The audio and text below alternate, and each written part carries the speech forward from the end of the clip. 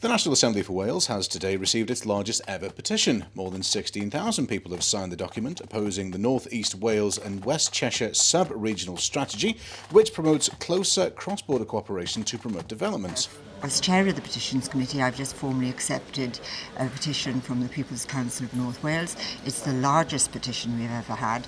It collected 16,000 signatures, and I'm delighted to say that that is what the Petitions Committee is all about, listening to what people have to say and taking their petitions and doing what we can with them. But petitioners describe it as an ill-thought-out, damaging and subversive plan.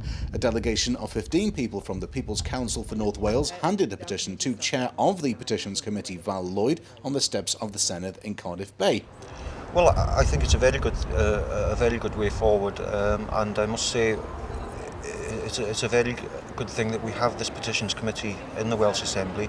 I think it's something that we should be proud of in Wales, that we've got this road in to the democratic process, definitely. If you want more information on the petition system for the National Assembly for Wales, please visit our website.